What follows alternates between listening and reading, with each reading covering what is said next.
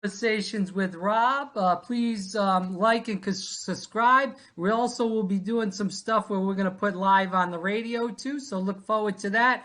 I have a special person that I've known for quite a while now. It's Dr. Pederson. All right, he's at LSUS. He's the director and a professor of political science and American studies, and the chair and director of the International Lincoln Center, which turned 37 years old this year. Dr. Pederson, we've known each other for quite a while. It's always a pleasure to talk to you. And I remember before we even say anything, when I came down to Shreveport, you picked me and my dad up at the airport, made us feel like home. And we're northern guys from little old Rhode Island, way up there. And you made us feel great in Louisiana. So I always will remember that, and I always will appreciate you for not just that opportunity, but for being in Washington, D.C., and also all the other great opportunities, you've helped me out with, so I appreciate it. Now, remember, I'm a native of Oregon, so Right. I like you Yankee boys. Well, I appreciate that, and I'm still trying to keep that accent, even though I'm down in Florida now. We're trying to keep that Italian northern accent rolling as we keep going, as I live my life. But let's tell the viewers. I mean, I gave a little synopsis about you before we started, but can you tell the viewers a little bit about you and how you got started teaching and how you got into political science in general? Okay, be happy to do that. As I just said, I spent my first 30 years in Eugene, Oregon, have all my degrees from the University of Oregon, and then it was time to do missionary work, quote unquote. So too much to my surprise, I started teaching without my doctorate in East Texas, and did that for 2 years on a contract. I'd never done college teaching before, and so I accepted that job. I didn't think I'd like the weather. As it turned out, I like heat, and I enjoyed that very much. And I would have probably stayed there if the contract was only for 2 years. So after that, I went up to the Midwest for 2 years. It was a terrible job market. And then after 2 years there, there was this opening down in Shreveport. Had hardly ever heard of that before. There's a small medical school in our city, and I had heard about the medical school, but that's it. And then there was a newspaper article right before I came down here about mid-sized cities. And since I'm from Eugene, Oregon, they also had Shreveport, Louisiana as a mid-sized city too, even though it's much larger than Eugene. And so that was my first recognition of Shreveport. Came down here, and I've been here for the last 38 years. Right. So that's how it all began. In terms of political science, I would have to credit stamp collecting as what motivated me, because Eugene, Oregon is relatively isolated, and but starting in the third grade, I started collecting stamps. So by the time I was in high school, I knew more about geography than any of my classmates. And there were 2 political science classes in high school, took them, and they were the only classes in which, I was the, however you want to term it, I knew more than most other people in the class. And then, so when I went to college, I knew I wanted to be a teacher, but and I didn't really care at what level. I would have been happy teaching in elementary school, I thought. And then I went into after I got just started graduate school. I was drafted, went to Vietnam, and it was actually when I was in Vietnam that I started reading books full time in all my spare time, and went back to graduate school and completed my PhD, and here I am.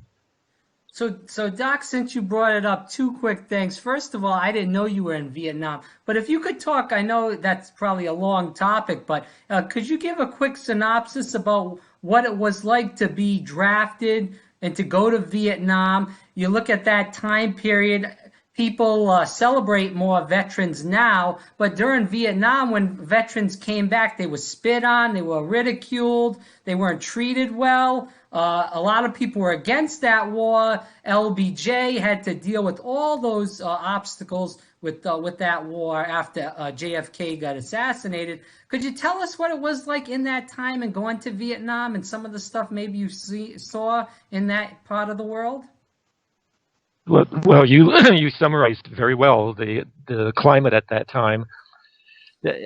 I'll, um, so when I went into the military, I was trained in Fort Sill, Oklahoma, in the artillery. I was supposed to get into if you're in the artillery, there are, I hate to say this, but there are gun bunnies who actually fired the artillery pieces. But I was in the Fire Direction Center training, and that was the early part of using computers. And I'm not good in math, and as you know now, I'm not good at even low tech stuff. But as it turned out, when I got to Vietnam, by many aspects of my life are accidental kinds of things. They needed somebody in the provost marshal's office at Long Binh. That was where General Westmoreland started the headquarters there, and it was it was in the prisoner of war division. And so I lucked out because I was totally incompetent at Fire Direction Center stuff. Worked in the POW division of the provost marshal's office, and you can learn things in very I don't know how to say this, in a backwards direction. And while I was in that office, there was a booklet that the Army had put out in the 1950s, or as a result of the Korean War, about the U.S. handling thousands of North Korean POWs, almost overnight. And it was like a 200-page manual kind of thing about that history.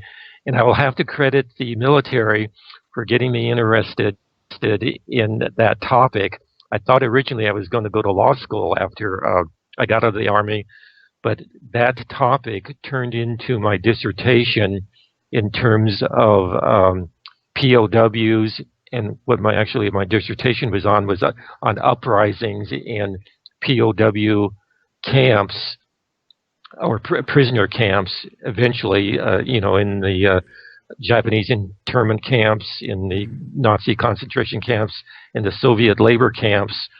So I have to credit the Army for giving me that idea in what causes uprisings. And when I was in Long Binh, the strange thing about that is that I was there actually in Vietnam from mid '69 until I got out in early '70. In the early '70s, the year before I got there, the largest stockade uprising ever in American stockade happened at Long Binh, and the provost marshal at that time was handling how to deal with soldiers who were in the stockade, and rather than do what they did in New York and at Attica, and crush the inmates, and a lot of lives were lost in the stockade, the provost marshal just let the protesters protest, and after a while they got tired of that, and no lives were lost, and everything was restored. So that's how I got interested in political violence, political revolution, and so that was the topic of my dissertation eventually. Right. So go ahead. I'm sorry. But right. okay. So let me ask you this, though. You had just talked about, before we got into the Vietnam era, about, being very interested in social studies growing up. We see a lot of kids my age, maybe now with Bernie Sanders and Elizabeth Warren, kids are starting to get more active. But we keep hearing, the young vote's going to turn out, and they never turn out. They didn't turn out for John Kerry. They did turn out for Barack Obama, but they didn't turn out for Hillary Clinton. So you, as a person that loved social studies growing up, how do you feel like kids coming into college now? Do you see a lot of kids that are really active that you like teach, or do you see kind of like, I'll tell you, and Dr. Watson is a great teacher, was a wonderful mentor to me, but sometimes I'd go in class sometimes and kids wouldn't, they'd be totally out of it, whereas me, I was real pumped up, enthusiastic about being in class, always wanted to talk. And you got some of these kids that are just like, it's almost like they're in a dream world. It's even worse today. They are first of all, they're fixated on their cell phones. Mm-hmm. They don't want to read books. Not that I'll have to admit that I didn't have time to read books when I was an undergraduate, but I had to. And they don't like politics. They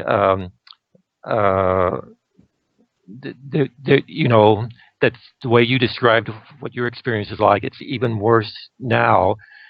I'll give you something that really hit home to me. Is in the New York Times yesterday, a professor emeritus, a woman from out in California, wrote a little letter to the editor about what's happening in the U.S. Very short letter, and she pointed out in the polls, and all the polls suggest this, that I think it's like 2/3 of Americans cannot name the three branches of government, and then among a third of the Americans, they virtually know even less about American government than that. And that's, how, we're supposed to be the most educated society ever, and you have people who don't know anything about American history. That's another example. When I ask them questions in my freshman class right now, yeah, they know nothing about U.S. history. I'm just stunned, just nothing.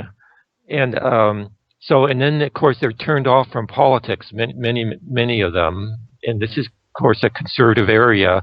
Mm-hmm. You add all that together, and it helps me to explain why we are in the mess that we're in.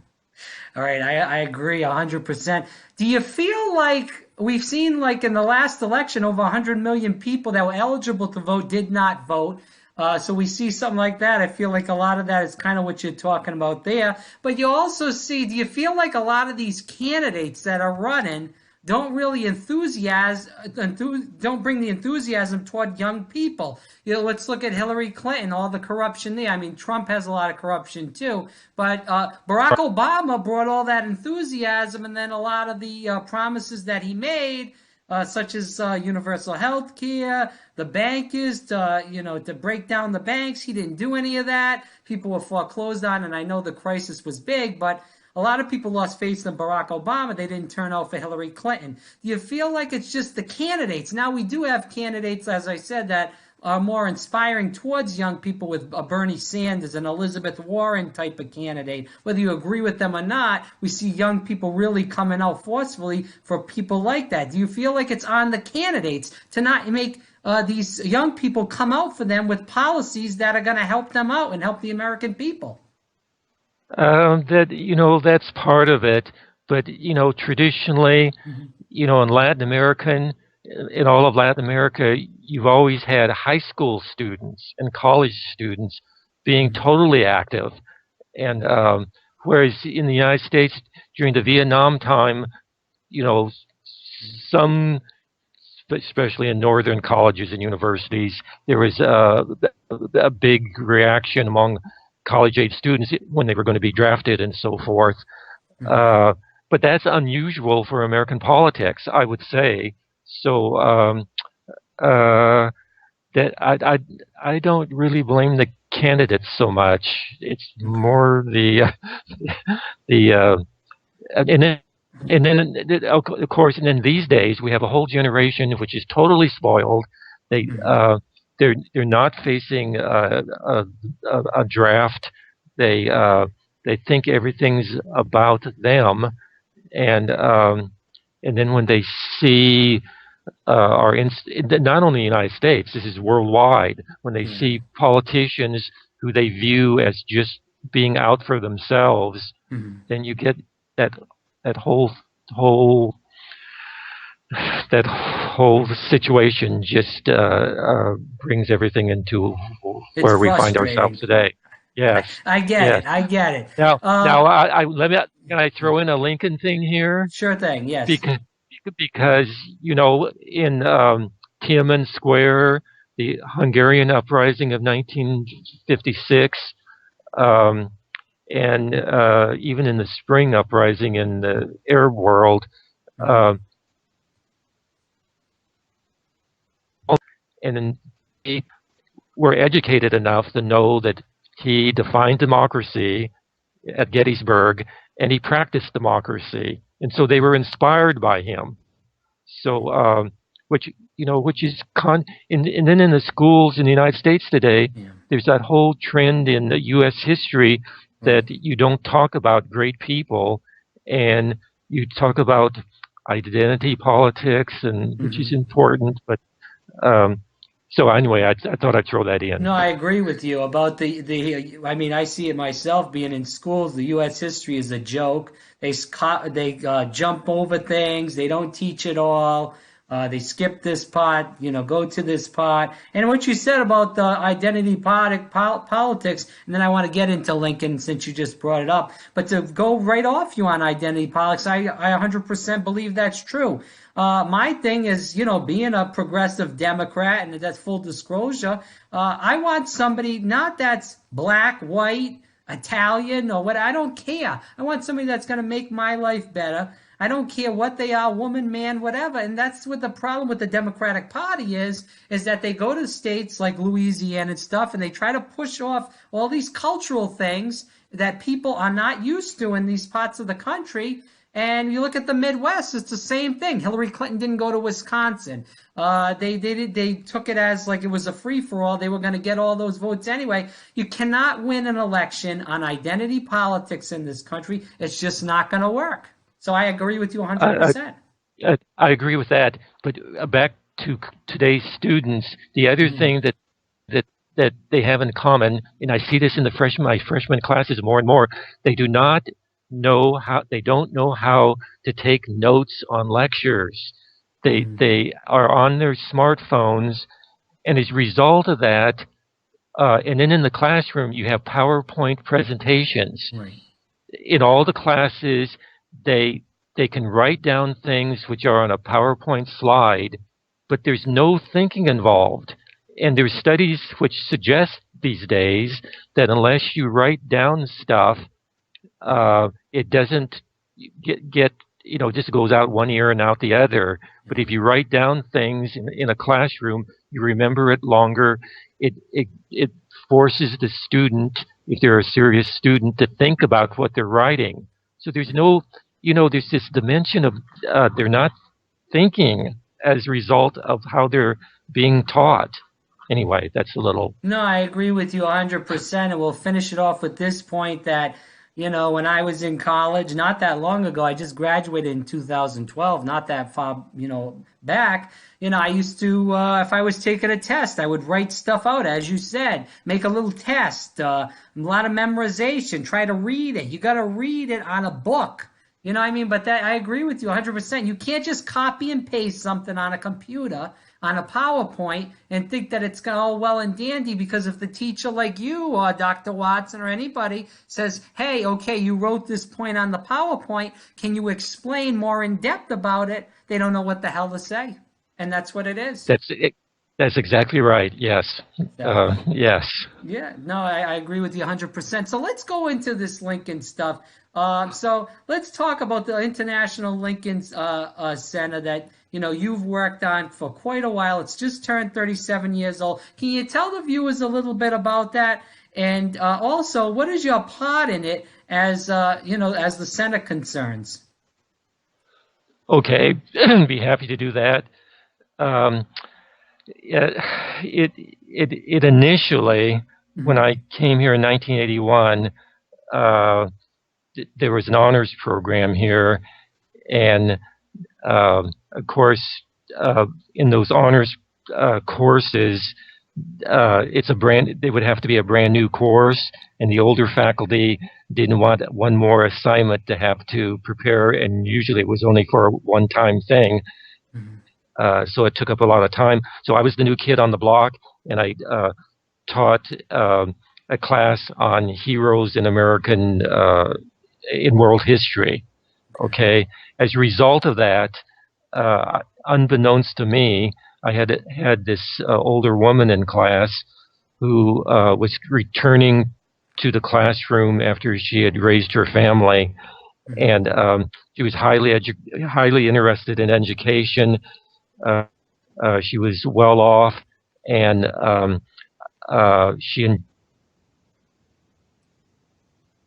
enjoyed. As a result of that, because she was civic minded, she wanted to start a Washington program to broaden the background of our students, because Shreveport is traditionally a very isolated place. And so she wanted the Washington, D.C. program, Right. because after I had got out of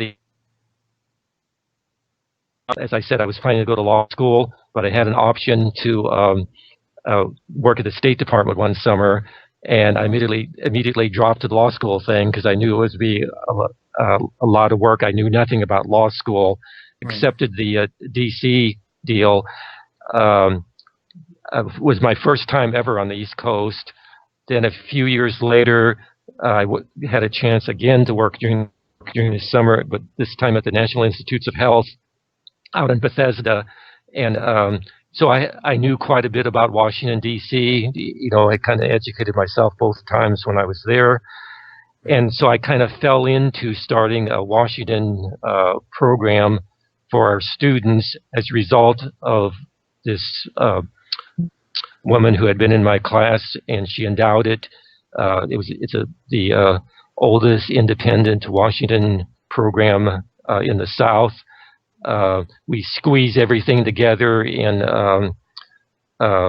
basically less than 3 weeks, more like 2.5 weeks. Lots and lots of walking, and we get to see the Washington D.C. as a city, and not just the tourist sites that everybody else gets to see. So that's that's how it started.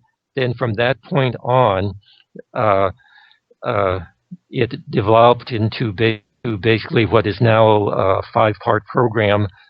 In the fall, we have an annual constitutional democracy lecture. In September, because we have the oldest oldest written constitution in world history that's still in operation, Mhm. and because Lincoln was a great lawyer.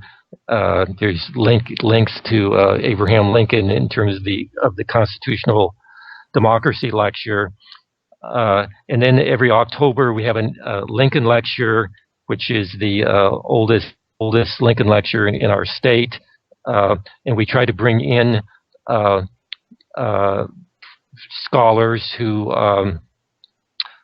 know something about Lincoln in other parts of the world, Mhm. and so that's our focus on. Because we're small, the Lincoln Center doesn't deal so much on Abraham Lincoln in the United States and his experience then, but it's on his legacy outside the United States. And virtually, I would say, at least in 2/3 of the countries in the world, there's some kind of tribute to Abraham Lincoln. Unbeknownst to, I would say, 95% of Americans, there's either a street, a um, a stamp Mhm. dealing with Lincoln's image on it, a school named for Lincoln, um, more so than any other president outside the United States. And that's what we focus on, his legacy, not during his presidency so much, but in his legacy up till today. I can just give you one little example of that. I had this one student just a couple years ago who was a student athlete. He was on our basketball team and also a cross-country athlete. And his parents were originally from Mexico, and he did a paper on the schools named for Lincoln in Mexico. Oh, wow. And found out that there are more schools named for Lincoln in Mexico, many of them private, some of them are public, than any other country outside the United States. Wow. There's like about 20. And then, then you wonder, why is that? It's a complicated story. I won't get into that, but that's never been done before. And so we published that article, and that's a major contribution, I think, to Lincoln studies. That some people want to build a wall, but actually Mexicans identify with the U.S. partly because Lincoln was against the Mexican-American War when he was in Congress, and they realize that. How did I get off on that? So we have an annual, usually in October, Lincoln lecture with some scholar. Then we do the annual Washington semester in mid-May for 2.5 weeks. And then what really got me interested in Lincoln is we started a conference series mainly dealing with presidents, because you claim to be maybe slightly leftist. I claim to be totally scientific, nonpartisan, objective. And so we based the conference series that began in 1992 on the polls of presidential scholars in terms of who's the greatest and who isn't. So, and of course, as a result of that, Lincoln is always number one, according to scholars. And the question was, in 1992, many of my colleagues and others said that nobody would come to Shreveport because they were so isolated. Well, I'm happy to say that I was able to prove them wrong. And so we have a triennial presidential conference, which is now the oldest one in the Deep South. I think we've had 12 of these so far, more or less. And we do that every 3 years. As a result of that conference, when it was on Lincoln, I had only read one Lincoln book my entire life, and that was in graduate school. I don't think I ever read a Lincoln book when I was a kid. I have no memory of that. So I read a Lincoln book, a biography in graduate school. It didn't really make much impression on me. I thought he was a good guy. Never taught a Lincoln lecture in any of my classes. But then as a result of this conference, I started reading Lincoln books because I thought I had to be prepared for the conference, and I've never stopped. So that's how the conference series began. And then in addition to these triennial conferences in Shreveport at LSUS, we now also co-sponsor conferences and attend other conferences abroad. Just as an example, I'm taking several of our students to Argentina this December, and also in India. We have close ties to India and Argentina. Unbeknownst to most Americans, the largest city named for Lincoln outside the United States is in Argentina. And even though Argentinian politics have gone through, extreme left and extreme right conditions, no effort was ever made to change the name of Lincoln City, which is outside the capital. It's still there, a city of about 35,000. It's kind of like Walt Disneyland, but in Spanish, and it's not a fantasy; it's real life. And then we also have ties to India, mainly because we at about the time I came, shortly thereafter, we started an India Studies program with a professor from India, and so we have close ties. Gandhi wrote an article about the 8 people who most influenced him, and one of those 8 was Abraham Lincoln. So there's a lot of Lincoln stuff even in India. So now we have our own conferences. We go to other conferences that other people offer. We have Lincoln panels on all of those at all those conferences. And then the final thing is we have a Lincoln collection of his legacy abroad.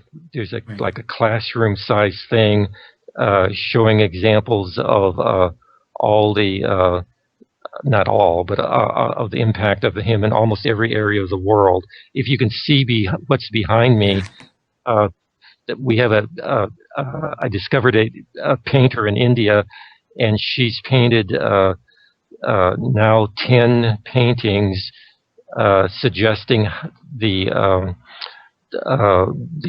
leaders from every part of the world who were most influenced by Lincoln. And so those are originals. That's probably our best thing in the collection. Mm-hmm. And so that's how things have evolved. I hope I halfway. Right, no, you have, and I'll tell you what, okay. It was really going to the conference back in 2010. That was a real treat for me, and like I said earlier, to meet you and learn a lot and talk about Lincoln's boys, and we talk about the tragedy in Lincoln's life, especially with his kids and his wife, with the Mary Kay, with the depression that she was going through, and then he had the Civil War. So let's talk a little bit about that. So him going through all that, those struggles with his children and his wife, and then we have war breaking out. And then we also we look at the time now, it's not quite as bad as that, but we look at, a lot of racism in the country. There is also a lot of, we look around the world. Brexit happened, Donald Trump's election, all kinds of climate change issues. So a lot of big issues in this country are going on right now. And not as much, they're not as extreme as what went on with the Lincoln, but we see a lot of the same issues as far as war everywhere, climate change, as I said, and also the Brexit, the Trump election. What do you think Lincoln's opinion would be about what's going on in the world now, as far as all those issues that I just spoke to you about? Well, let me mention 2 things. Sure thing. First, one thing is Lincoln's leadership style, which, even though historians have covered every aspect these days of Lincoln, that's one thing that has never really been addressed in a terribly systematic way in terms of how historians explain Lincoln's leadership style, because some scholars claim that that's one of the major contributions, if not the major contribution, of Lincoln in terms of what he did for American democracy, in that here's a guy who was traditionally a conservative, but then once he got into the presidency, he suddenly turns into this more liberal type of person at the same time. So his leadership style is part conservative and part liberal, not totally one or the other. And what he was able to do is think independently, didn't have a smartphone, didn't have PowerPoint presentations, but since he had become a lawyer, he didn't really want to be a lawyer, but he had to support his family, so he did that just, to do that. But what he really enjoyed was practicing politics. And if I can bring up another military aspect of this, is that his first elective office ever, and he never forgot this, was when he joined the Illinois militia to fight in the Black Hawk War. And in those days, the men elected their officers. And so for the first time in his life, he had his peers elect him as their leader. And he never forgot that. If you've ever been into student government when you're at whatever level. You know, if you've lost an election, you never forget that. If you won election, you always remember that. That was the first time in his life, because he had this manic depressive personality, or suffered from bipolarity, as they call it today. And that's just a given. And here's one time in his life that people thought that he did something good for them, and so they wanted them as an officer. Okay, and then that was when he was about 20 years old, and then he first ran for the Illinois legislature. Lost because he didn't have time to campaign. But even if he didn't have time to campaign, he still did relatively well. Lost that election. 2 years later, he ran for the same slot in the Illinois House, and for the rest of his life, he was either running for political office or in political office, except for one little segment after he had served one term in Congress. So what he found was, when he was really, really young, this is somebody who came from nothing and made something of himself. He got into about 6 or a half a dozen or so jobs. At one time, he thought he was going to be a blacksmith, and found out what he liked and what he didn't like. For sure, he didn't want to be a farmer, because there was tension between him and his father, who was illiterate, but was basically a farmer, and so started reading books on his own, and discovered that what made him really happy was working on public policy issues. And then when he became a lawyer, he got to know other people's problems, and so it wasn't like he was an ideologue in any extreme sense. He could see differences between people, and he was always trying to bring them together. So that Lincoln leadership style, political scientists usually don't write about Lincoln these days, because they think the presidency didn't start until FDR's when FDR was in office, the so-called modern presidency. But this emphasis originally with the framers, that they thought that character should be the most important thing when you select a leader. Lincoln is a great example of somebody who had solid character, because he knew different kinds of people. He got along with them. He was most of the time very, very forgiving towards people. I don't know how I got off in that. What he was never a demagogue. And that's another deal about modern schooling. When I mention what a demagogue is in a class, a third of the class thinks I'm saying demigod, but it's demagogue. And even when I explain it to them, they can't apply what that is, what the framers warned about in the Federalist Papers repeatedly. They don't understand that, and they can't apply it to candidates. It's mind-boggling.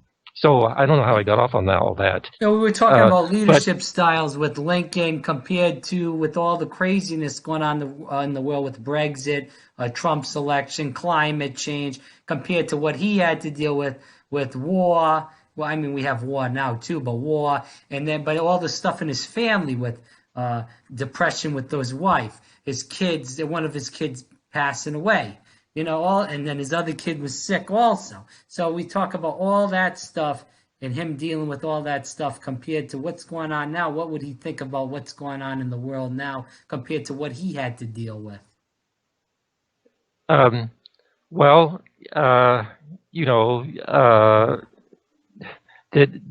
irony of this is what the U.S. is going through, is what other countries are going through now. And what do they do? The well-off countries especially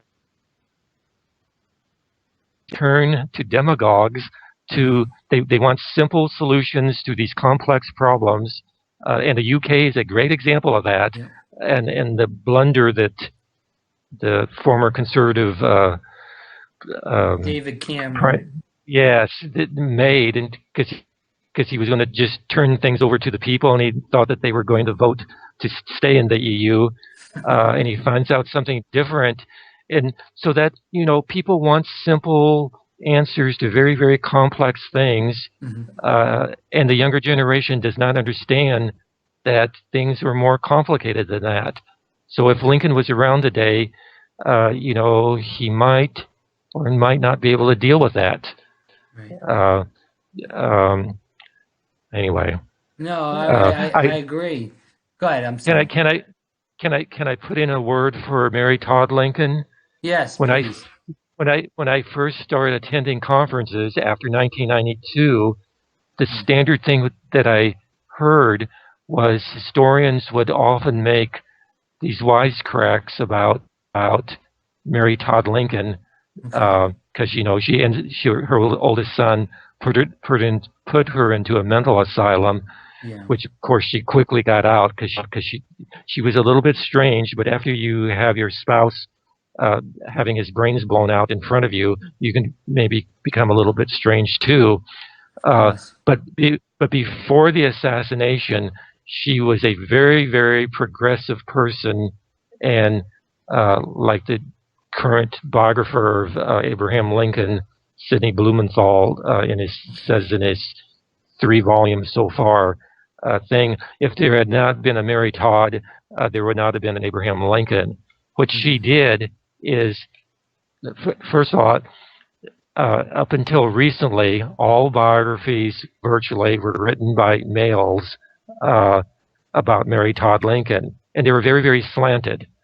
It hasn't been until about the last 10 years, starting with Jean Baker, and who wrote the first really professional biography of Mary Todd Lincoln, but then a couple other biographers, other women, have pointed out that what Mary Todd did in Springfield was to use her inheritance to transform their very, very, slightly lower middle class home into a nice upper class home by adding a story. This is in Springfield, adding a second story to the house, and she did that on her own, and transformed their home into a respectable middle class place where she could entertain and promote Abraham Lincoln in Springfield, which worked.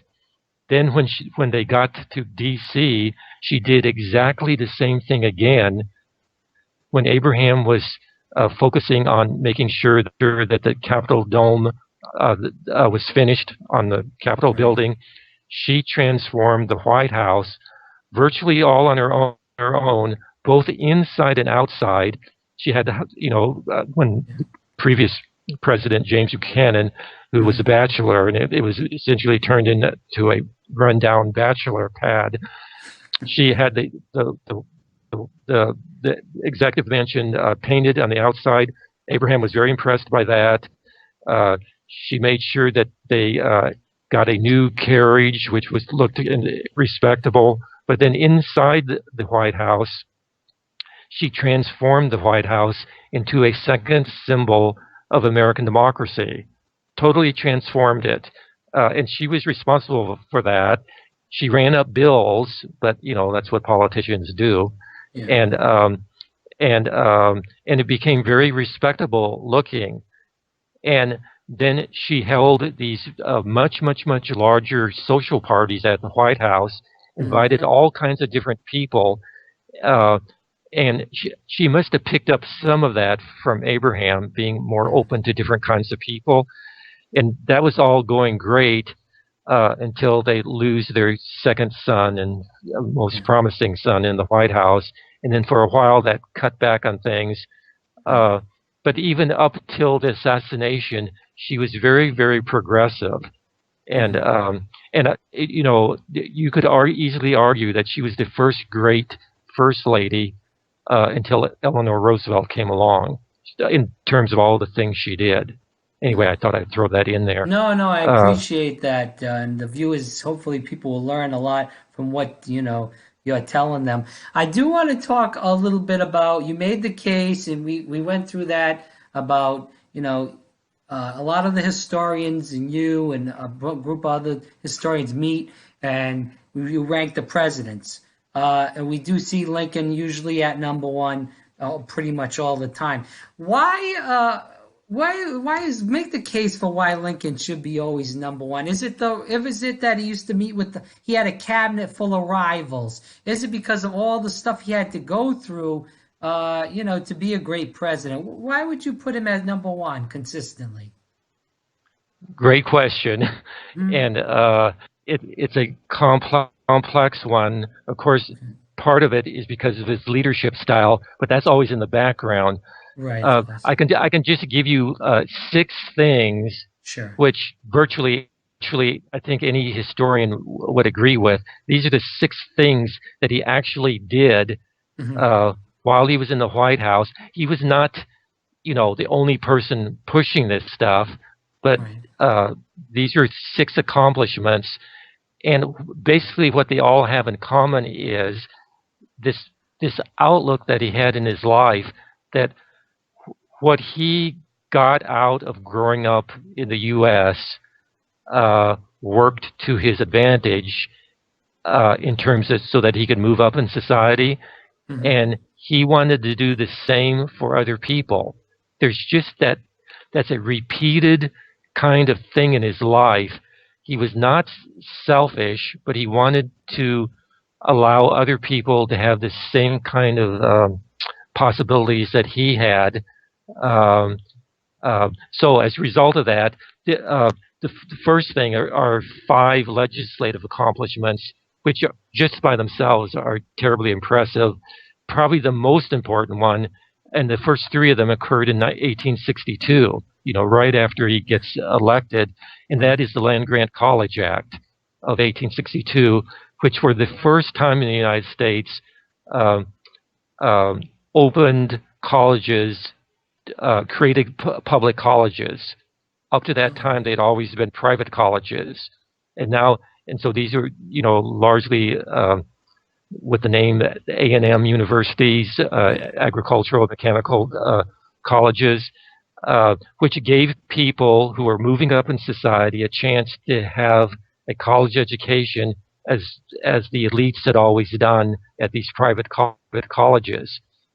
And that Land Grant College Act led to those became major research universities by the 20th century, so that everybody wanted to come to the United States to study for their graduate education. Tremendous experiment, and it's one that helped transform the United States. That's one thing. Second thing is the Homestead Act. Okay. And for people who know something about U.S. history, large number of immigrants, especially from Europe back in those days, who were the number 2 and number 3 and so forth sons, not the firstborn sons, which because of primogeniture, they would inherit everything that their father had accumulated, but the number 2, number 3 sons come to the United States, and the Homestead Act of 1862 virtually gave them a free farm. Not totally free, but almost totally free under the Homestead Act. And so that helped create or build up especially the western part of the United States, of tremendous importance. Okay, third thing, also in 1862. Now, these are gigantic legislative accomplishments. Is the so-called Railway Act of 1862, which led to the Transcontinental Railroad, which is usually considered one of the 2 major engineering feats in the world, along with the Suez Canal, in terms of what it led to. The transportation. Yes, and brought the country together, and immigrants, of course, working on Transcontinental Railroad for building it. Okay, those are as a result of just those three acts, it helped, it showed Lincoln's philosophy that he wanted to use the federal government to try to turn us from a third world country into a modern country, modern industrial country. Okay, fourth thing everybody knows, and that's the Emancipation Proclamation of 1863. Now, I might add here, there's some critics of Abraham Lincoln who say that he's not the great emancipator, and if he was, why didn't he issue it the first day in office? And of course, the reason why he didn't do that is if he had done it, he could have done it, but it would have been in violation of the Constitution because the Constitution permitted slavery. Okay, so he does that. Most people know about that. And then fifth, more recently, a new book has come out by Jason Silverman, who gave our lecture last year, and that is on Lincoln and the issue of immigration. And so the first and only time there's a piece of legislation passed at Lincoln's encouragement in 1864 now, called the Encouragement of Immigration Act. The stress is on that word encouragement. And it only lasted 10 years, and then the Republican Party started to back off from that. But it showed where Lincoln was coming from. And the federal government actually stationed people in New Orleans and the other big cities to try to help immigrants come to the United States. Okay, in contrast to the people who are in the walls today. Okay, and then the other thing which I left out is the Lieber Code, which is often called the Lincoln Code, which was done in 1863, and this is a first major contribution of the United States to international law, and what it did was offer protection of POWs during wartime, and second, also offer protections for civilians during times of armed conflict. Never had been done before. Soon as that was implemented, some Western European countries followed through and did the same thing, and it eventually led to the Geneva Conventions of 1929 and 1949. So those are tremendous accomplishments. Added to that, if I can throw in a couple more things, is what makes Lincoln this great person is, and most scholars recognize this, almost all scholars recognize this, is that he became a great writer, even though he had less than 1 year of total schooling, and that was at the elementary level. He writes the Gettysburg Address, defines democracy around the world. Everybody knows what that is. And then this puzzling second inaugural address that he gives, which is also short, but which was like a Billy Graham sermon to the nation,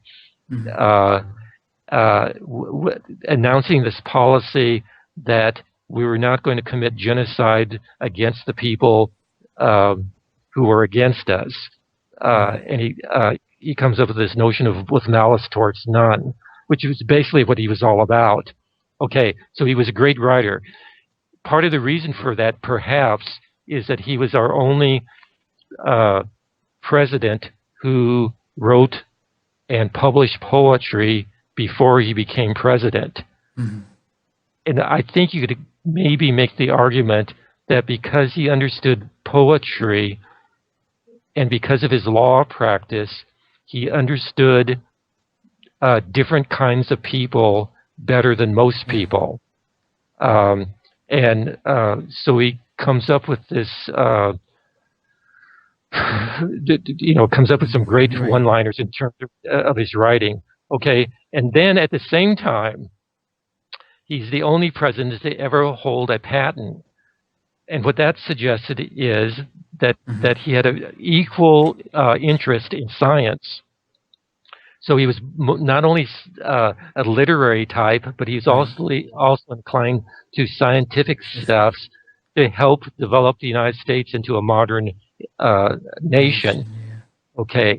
Uh, so, so that's kind of my argument why Lincoln almost always ends up as number one. Okay, so Doc, we got Lincoln at 1, but who would the other two be? Would you put FDR up there? Would you put who else would you put up there? I'm sorry about that. I Okay, lost my train of thought. that's what you get from talking to me. So the number two almost always is Franklin Roosevelt, and the reason for that is, of course, if Lincoln had not won the Civil War, we would not probably be having this conversation about him. But in the same sense, FDR, who knew Lincoln very well, and he actually, how's this? How should I say this?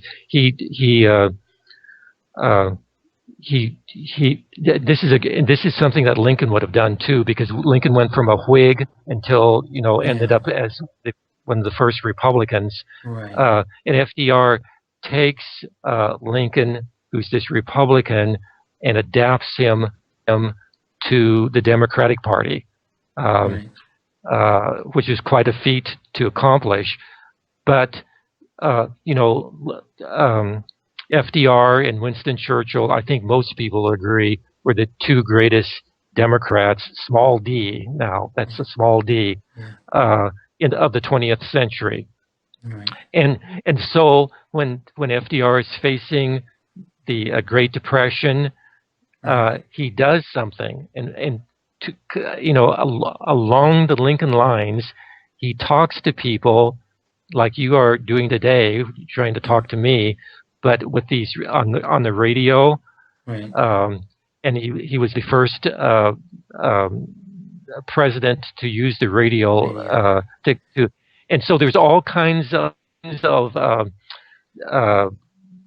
citations about people who were even Republicans who, when nobody was looking around, would listen to the radio in terms of what FDR was saying, because he inspired people, kind of like what Obama did, because he identified with Lincoln, and it was the bicentennial of Lincoln, and he was able to communicate as well as, and FDR was a good writer too when he put his mind to it. So he had a booming voice too, and not even that. You look at Doc, at FDR. Remember the New Deal? That was one of the big programs that he put out. You look at also, when he kept running, he kept winning. That's why the Republicans, they put in those term limits. Otherwise, if he didn't die, he would have been president for quite a long time, because he just kept winning because he had the right policies. And I don't know if you agree with that or not, but I believe that to be true. Well, that brings up a good point. So I don't want to turn Lincoln into a saint, and I don't want to turn FDR into a saint either. They both made mistakes. But overall, what they did outweighed by far the few human mistakes that they made. So that's, well, who would the third one be, Doc? And also a quick thing I would like to add before you answer that. A lot of people say that they look at Andrew Jackson and they look at Lincoln and they say right now, politically, with these times, if you look at Jackson, he was a Democrat, but right now he would be a Republican in this times, and Lincoln would be a Democrat. Would you agree with that? I would have to basically agree with that. I will have to admit that when I was in middle school, I could still remember, I thought Andrew Jackson was a great guy, because what he symbolized to me was this person who came from the bottom of society and made something of himself. But of course, after I got into college and read books about him, then you find out about the Trail of Tears, and that he was a slave owner. And now, of course, he did some good things too. but major flaws in him. He had more lead in him than any other person Oh, than wow. some of these people today that have guns. That was a joke. Uh, uh, um, uh, because well, so the the Whigs and Abraham Lincoln Mhm. considered Andrew Jackson as a demagogue, Right. um, which there's maybe a dimension of that to Okay. him, but he wasn't a total demagogue, but he did some strange things. So number three, um, you know, uh, you know, usually it's well, probably number three would be George Washington, Okay. because Yeah. he had the chance to become a dictator or a king, turned it down several times, and Didn't want it. Yeah. yeah, and of course he had Alexander Hamilton advising him, and Alexander Hamilton was very, very bright, even though he made a few mistakes. Um, so, True. uh, so George Washington, and then number four, uh, you know, we he's up number four would be up for grabs, Well, just because there's let me ask you this, Doc. What could Trump learn from Lincoln? oh my God, uh, Sorry, that's a loaded question now. yes, uh, I think, oh my God. Well, since he doesn't read, that's a basic problem of his. Uh, oh Watches a my lot of God. Fox News, though. Judge Janine, Just, Tucker Carlson, Sean I'll, I'll, Hannity. I'll just point out two things which are coming out now. Number Fair. one, it's his treatment of the Kurds. Yes. Uh, Kurds are not perfect people, but we've usually taken their side, and they've Right. almost always helped us in terms of what we were doing. That's one thing. Second, more important thing perhaps is what he's done to military justice for going around the Pentagon and pardoning those people who Yeah. the under military justice found that they had violated our standards, the Lieber Code of why we are believe in law and Yeah. justice both, and uh, and him pardoning those people. Just on that pardoning issue, Lincoln issued the second largest number of pardons slash amnesties in American history. Amnesties are never popular with the public because the public sees amnesties as a short um, uh, the way to get around not following the Yeah. law. Not Okay, following law. and Yeah. so Lincoln issues the second largest number, um, although he does not do that to win re-election or anything like that, uh, and he would never issue a pardon or an amnesty to a slave trader. Famous incident of that. He wouldn't do that, or people had committed rape. So he did it because basically he was a forgiving type of person overall. Mhm. Um, and that's a different kind of thing. The president who issued the largest number of amnesties and pardons was Andrew Johnson, but he did Okay. that just to try to win election, which is Right. totally different from Abraham Lincoln's policy. Well, So, so Trump could learn a lot if he would, if you but would read. yes, that's that's not going to happen. Got to do a Uh, little bit of read and a little research. So let's talk about. I got a few questions about what's going on in today's world. What do you think the biggest issues that our country has to solve, and how can we solve them? Just three big issues. I think healthcare, climate change, and immigration are three big issues in the country for me. But what do you think? I would agree with that. On the issue of health care, um, um, Mhm. I have to give credit for Obama since he Right. stood up for that, even though his advisors were telling him it was suicidal. Yeah. And of course, so even though Obama in many ways was conservative, he thought, as FDR thought, and other presidents thought, that there should be something like health care, as most nations in the world, Yeah.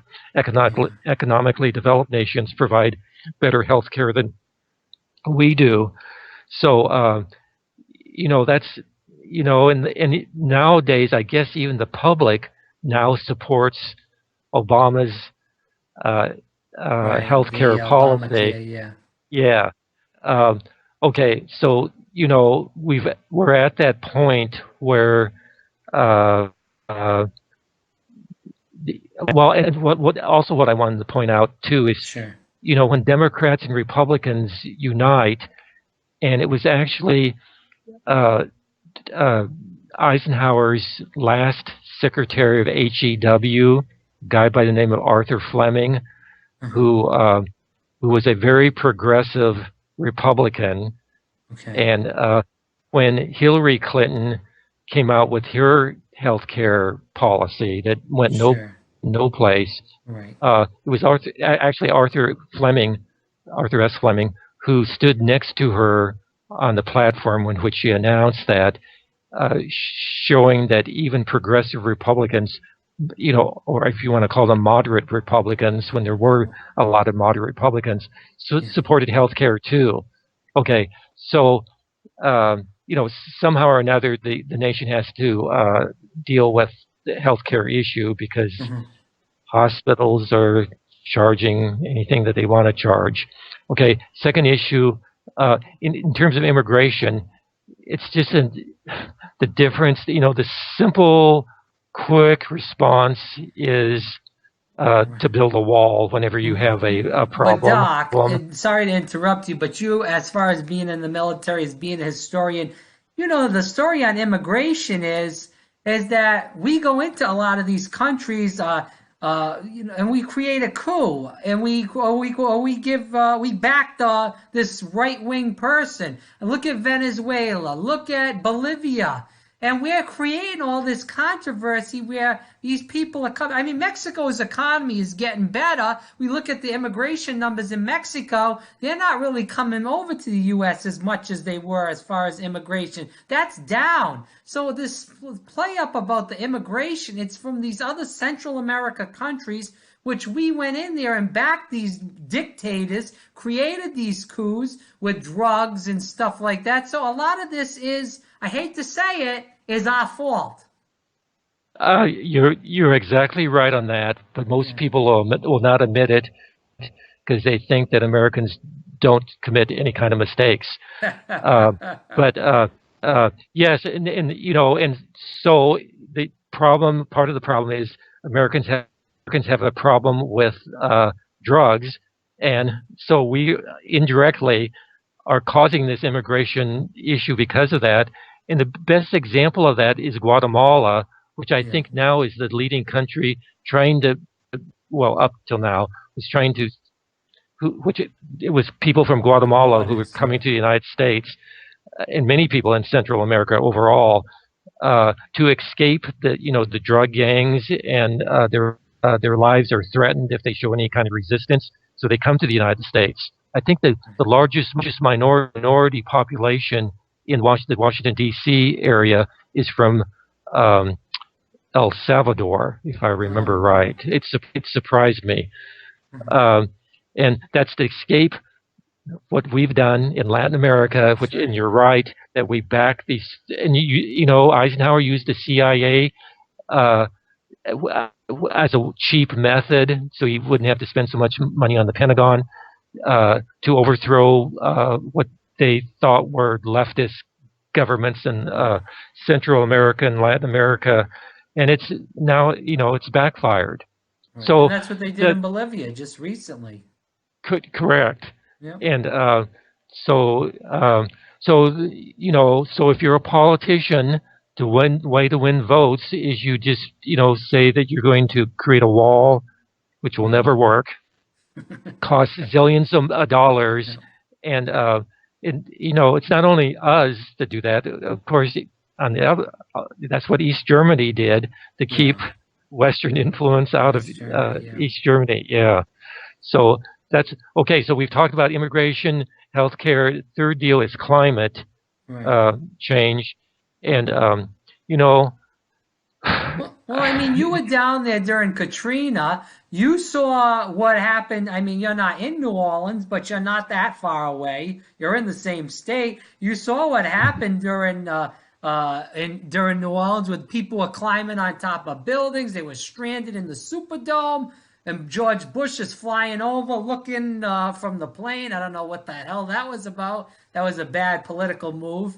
But I mean, it's crazy. And I mean, who's to say if another hurricane hits like that, it could happen again? The levees break. I mean, it's nothing's getting solved. I mean, it's the same stuff. We keep letting the oil companies, the Pentagon, we're pumping all this carbon dioxide. The military budget is going up and up and up. So, I mean, there's no end in sight. I mean, what do you think about it? uh, the problem that liberals face is Mm-hmm. that most scientists, not all scientists, but most scientists say that there is a problem with climate change and Yeah. climate issues. Mm-hmm. Uh, but there's always a few people, in every profession who want to dispute that. But would you And say that those people are getting paid off, though, Doc? uh, there's good incidents of that. Yes. Right. Uh, so um, it complicates things that Right. most of the scientific community suggests that we have to deal with these issues, and then there's always some who say that that not 100% of the evidence suggests that what we need to Right. do. But if you're going to be rational, you'd have to pay attention to what most people see with their own eyes.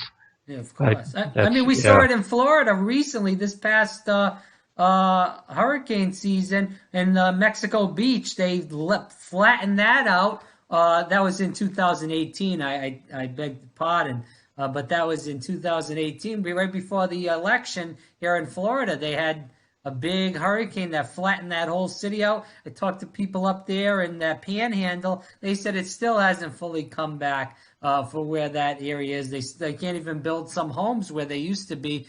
They just bought out that land. So, I mean, it's a serious problem in states like Florida, in states like Alabama, Louisiana, those states like that, and even up the whole coast of I mean, we saw Sandy in New Jersey and New York in 2012. I mean, it's the whole East Coast it's gonna have some serious issues within the next 50 to 100 years. And it's just, I believe it's factual information. You don't have to have a huge brain to see these things, as you've said, to see these things. The same hurricanes are happening, the same, the Midwest, there's drought. I mean, you look at California, the wildfires in California. I mean, this is common sense. I mean, people just need to wake up. It's not about ideology, it's about common sense. Uh, I agree with you, Yeah. uh, but I see the same thing going on in India, and the Prime Minister of India now is supported by right-wing Yeah. Hindu nationalists, and those people are total ideologues. They will not deal with climate change in any direct way. Yeah. And India is facing major issues, as of course Bangladesh is too, in Right. terms of flooding and so forth. Uh, but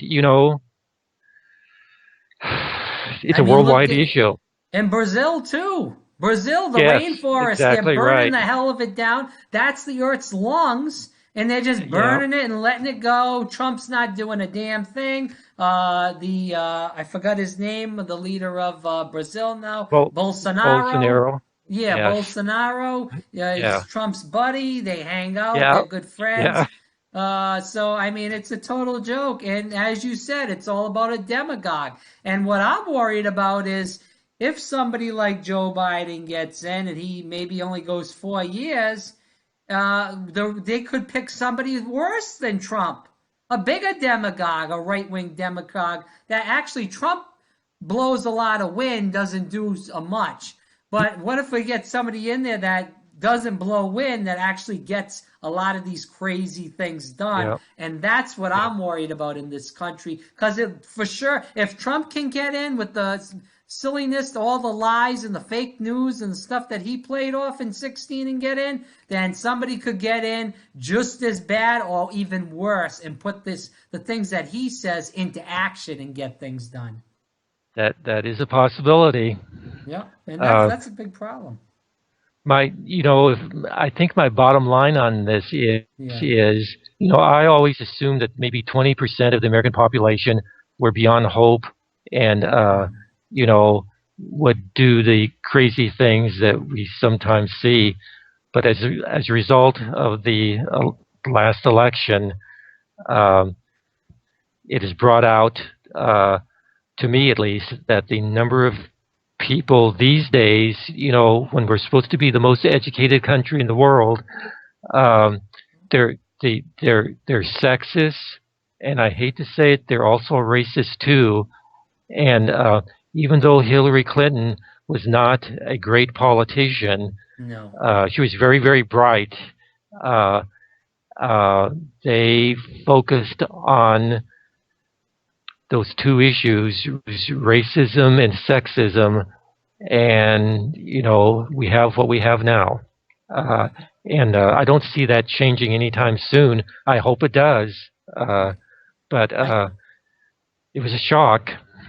Yeah, I do want to do two more questions, then we're gonna have to do this again with different stuff because we've been. I'm having a good time with you, and I'm happy we did do this today. But I do have two more questions left, and but to quickly get this in, to keep going on politics today, we are looking at impeachment. The House is going into their final deliberations. They're wrapping up their report. It's going to go to the Senate. And as well as I do, he's going to get acquitted in the Senate. I believe, and I want to know what your take on this as far as impeachment is, as what he did with Biden was not right.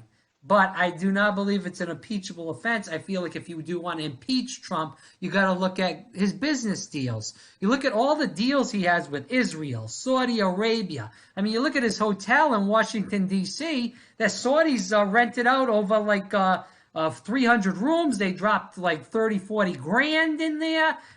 They've had all kinds of fishy. There was a veterans. I don't know the whole story, so I'm not going to say it, but they had some veterans group got money from the Saudis, and they rented out all these rooms. So that's how you get Trump. You want to impeach Trump? Go. I'm all for it, but you got to go on his business deals. And what Jared and Ivanka made $83 million the past year. I know that's not Trump, but that's the family. They're making money off the presidency. That's not what the presidency is supposed to be about. You want to impeach Trump, you look in the business. You don't look into Joe Biden and Russia or Ukraine or any of this silliness. It doesn't look good, but you want to hit him hard where it hurts in his business deals. That's a complicated issue. Mm-hmm. I will have to admit that I thought that when Nancy Pelosi just chose to have the impeachment thing on a narrow basis, Right. I thought that was relatively sensible, and I'm not sure. I just see two sides of that. If you involve all those issues, Mm-hmm. which turns up, we already know it's. I don't know if that would help him getting convicted in the Senate, and Right. and I don't know. I don't see necessarily how that's going to get him out of office. Well, I do agree with you, Doc, but and they have to get about what is it, 20 senators? They got 47 or 46, so they got to get to 60. So they got to get about 20 some odd senators. They're not going to do it regardless if it's the business deals or the Ukraine or the Russia or whatever it may be. So they're not going to get there anyway. What I'm worried about is if this pumps really the base up and all this impeachment, people say they don't care about it. I'm hearing a lot of independents are starting to drop down as far as they were for impeachment. Now they're kind of drifting away. So I'm worried this is going to help his reelection chances, and this might have been a huge mistake for the Democratic Party. Let's just hope it's not. It could go either way. That's I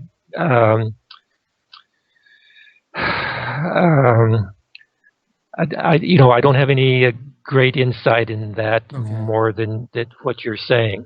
Okay, fair enough. And the last question, because we could talk about this, like I said, I don't want to take up too much of your time. We did see, and this goes to the last question on 2020. We did see in November, a couple weeks back, John Bel Edwards won. He was in. They had the jungle primary. He didn't get above 50%.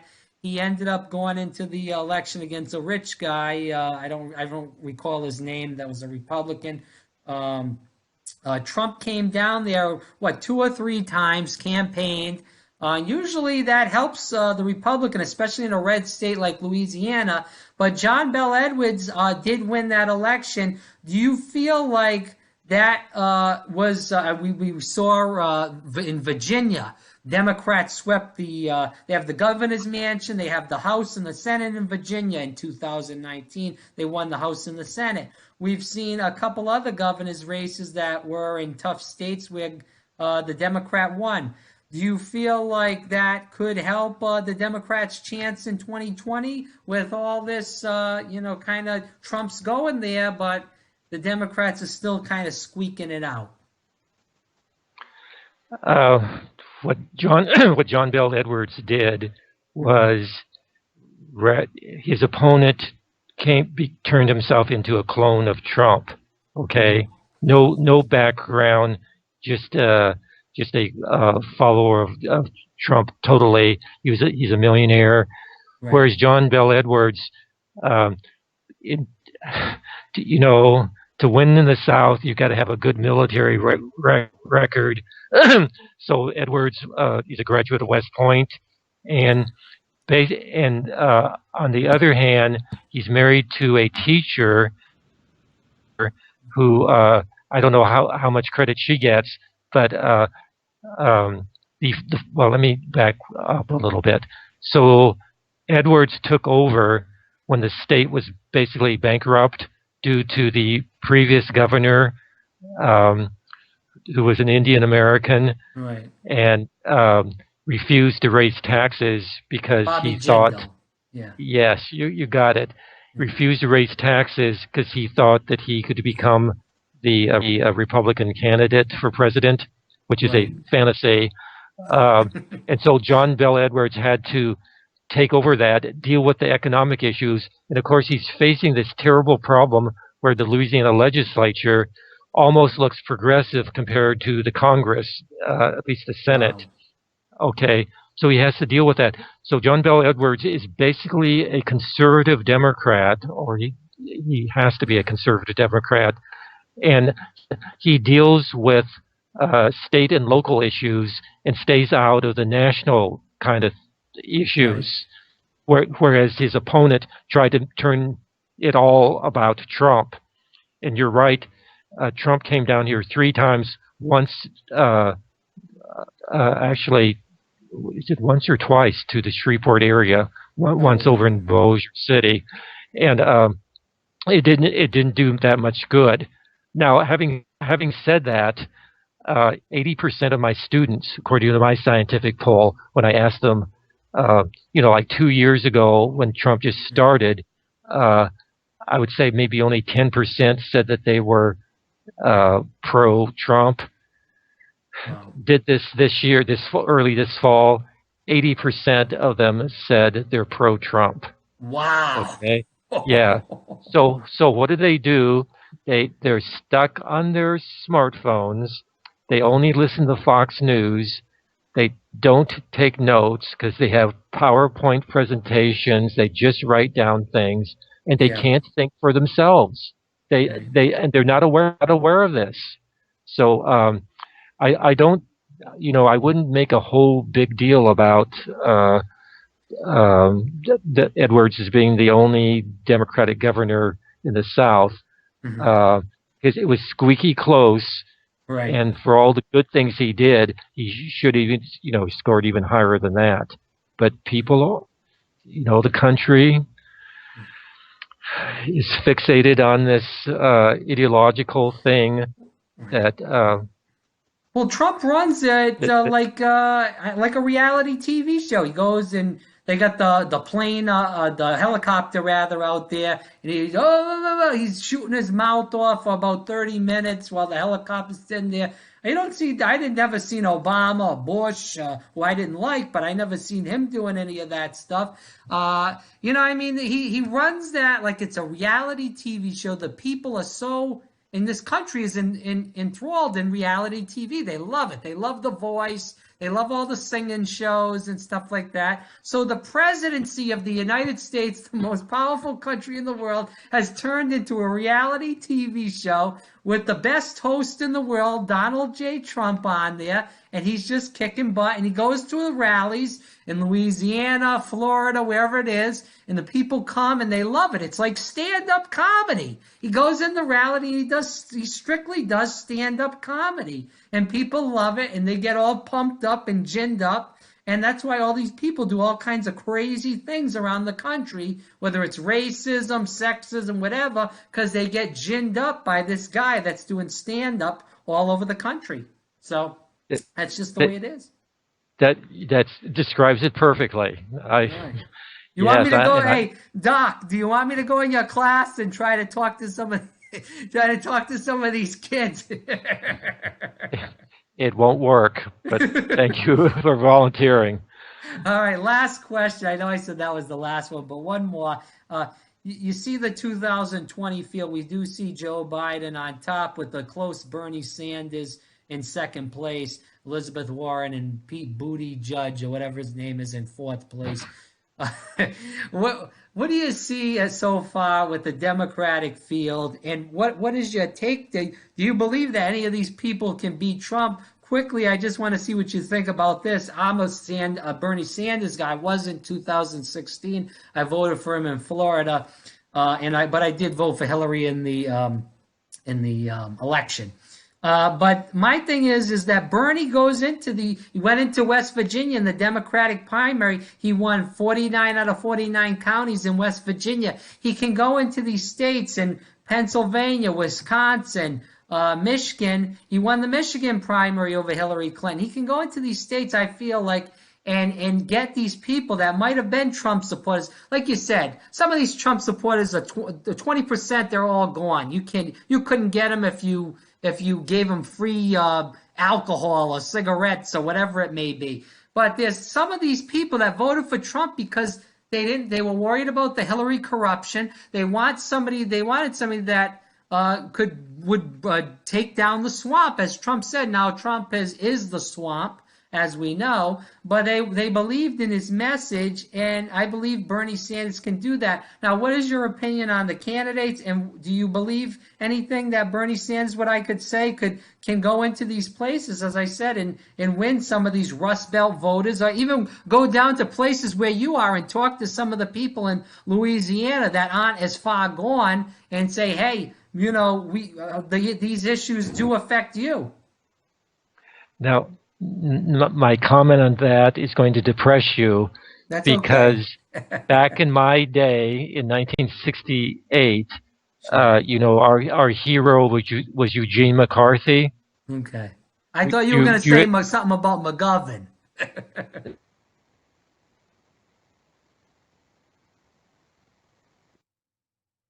remember Eugene McCarthy? He was the Yeah, peace sorry, I candidate. lost you And for a second. But go okay, ahead. Now I and got you. and okay, and so he spoke at the University of Oregon. Right, I was an undergraduate at that time. I went to the deal. The audience just went crazy for him. right, Um, and you know how that turned out. right. That the establishment uh, wouldn't allow him. So he runs in the New Hampshire primary, comes in number two, but did so well that LBJ realized that he was doomed, and so LBJ dropped out of the running for reelection. But But Doc, RFK was a progressive too at that time. uh, You wouldn't say he was about as progressive as. uh, but but uh, but Bobby Kennedy got assassinated. True, yes. Well, I'm It, saying he was when he okay. was running, he was progressive too. He became more and more progressive, Right. right? Uh, uh, and he probably would have had a shot too, but of course Hubert Humphreys takes over and has to, do what LBJ wanted him to do, or LBJ would not have backed him. Right.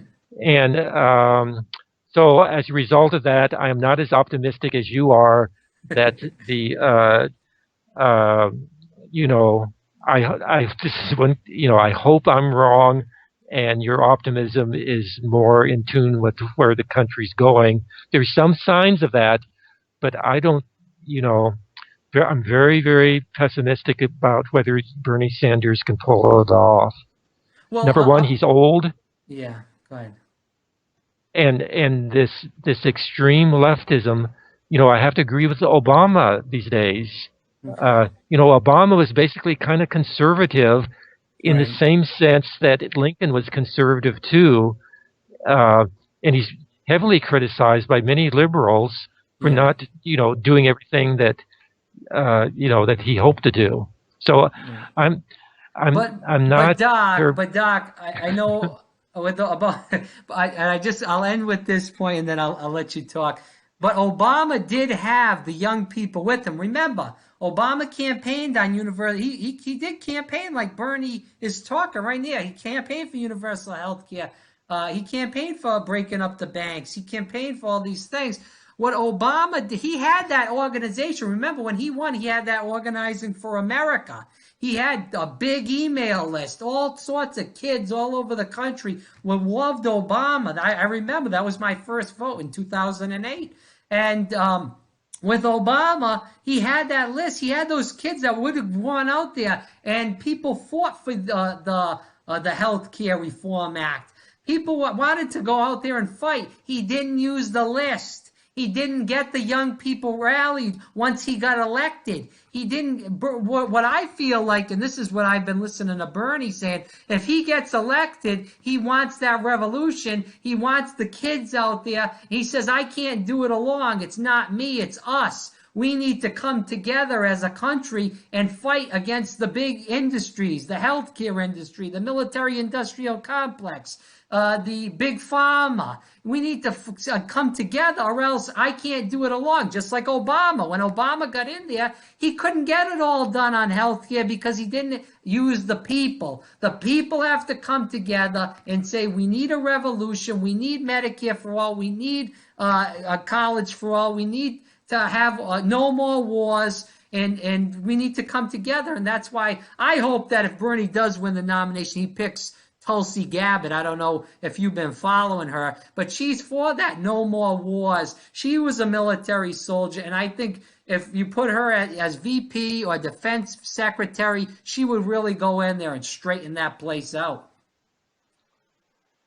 I I hear where you're coming from. I Mm-hmm. wish you were right, but I suspect that you kind of sound like a leftist from Latin America, and the whole history of Latin America is this Right. conflict between extreme leftists and extreme right-wing people, Yeah. and that's been going on for 5 centuries. I hope you're right, but something tells me that you could be wrong. Right. Well, And I appreciate the moderate position, but Doc, I'll tell you this, and we'll end it with this. I do see where some of the people where you're saying I talk to a lot of these people. I have a lot of Trump supporters that live near me, as I know you do, and I had one guy that was telling me, he's like, I believe in stuff that Bernie says. I just don't believe he could get elected. So, but that's on my generation that likes Bernie Sanders, that to change those people's minds. But I think we do need a revolution in this country because, as you said, whether it's the education system, the healthcare system, the environment, this country, and not even just the country, but this world is in really bad shape. And for people like Donald Trump to say the economy's doing great, your 401k is up, that's bullshit. And I'm sorry to say that word, but it's true because, there's people that are working minimum wage jobs, minimum wage. I don't know what the minimum wage in Louisiana is, but in Florida, it's $8.75. You can't pay rent or raise a family, put money away, buy food with $8.75. So, I mean, I don't feel like some of these positions are far left. I feel like a lot of these positions are FDR, New Deal type of legislations that people need to, and they've been fed this propaganda through the New York Times, through MSNBC, through NBC and CBS and stuff, that all this stuff is too hard. What kind of country are we living in? When you were growing up, the people protested, people fought for women's rights, for workers' rights, for disabilities rights, but people don't want to fight anymore for anything. Everything is so hard in this country. We can't do anything. JFK said we'll go to the moon. We did it. We can't do anything in this country. What is wrong with our country? And we'll leave it at that with an answer from you. now, what you're forgetting, Mr. Latin American extremist on the left, is that basically we're a John Lockean country, Right. and we're not revolutionary. I wish you were right, but I have extreme doubts about it. But I like your enthusiasm, and I appreciate your outlook on that. And in the long run, you might be right, but We in the hope. short run, yeah. But in the short run, I hate to say it, but we're a John Lockean country, not a Well, revolutionary. I'll leave you with Doc that I'll tell you, if we don't get to the place where I am at soon, if climate change strikes real hard, like it keeps it up, we might not have a long time to try to get to that place. You're right on that. Okay, I agree. So, Doc, Great I'll talking leave it to at you. that. Yeah, we definitely going to do this more soon because I appreciate you and everything you've done for me. And I could talk to you for about 10 hours, but we're not going to do that today. Otherwise, I'll burn you out to a crisp. If you live down here in Louisiana, could enlighten me so I'd be almost as leftist as you are. But I'd have to go into that room with all those right wingers in there and, like I said, straighten them out. Not with fists, but with words. okay, good. Okay.